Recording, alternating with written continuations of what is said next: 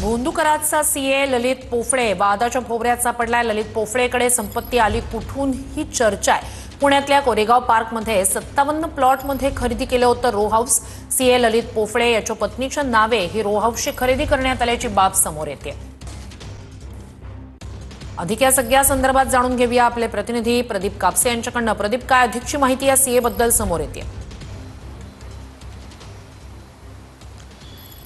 श्रुती, आपल्याला माहिती आहे की अशोक खरातचे सगळे व्यवहार जो आहे तो पुण्यातला सीए ललित पोफळे जो आहे तो सांभाळायचा। अशोक खरातचं प्रकरण बाहेर आल्यानंतर सीए ललित पोफळे जो आहे तो वादाच्या भोवऱ्यामध्ये सापडलेला आहे। आपण पाहतोय की कोरेगाव पार्क जी पुणे शहरामधली अतिशय उच्चभ्रू अशी जागा मानली जाते, त्या कोरेगाव पार्क परिसरामध्ये 57 नंबर प्लॉटमध्ये आपण पाहतो की हे रो हाऊसेस जे आहेत ते ललित पोफळेनं खरेदी केलेली आहेत। मात्र ही संपत्ती जी आहे ती ललित पोफळेची पत्नीच्या नावावरती आहे। आपण पाहतो की बाहेर आपल्याला बोर्ड पाहायला मिळतो की पोफळेज बंगलो नावानं ही संपूर्ण जागा जी आहे ती या ठिकाणी ओळखली जाते। आपण पाहतो की हा बोर्ड जो आहे तो या ठिकाणी जागेच्या बाहेर लावलेला आहे। पोफळेज आपल्याला पाहायला मिळतंय plot number 57 lane number 3 Koregaon park या परिसरामध्ये ह्या ललित पोफळेच्या पत्नीच्या नावानं असलेली संपत्ती जी आहे ती पाहायला मिळते।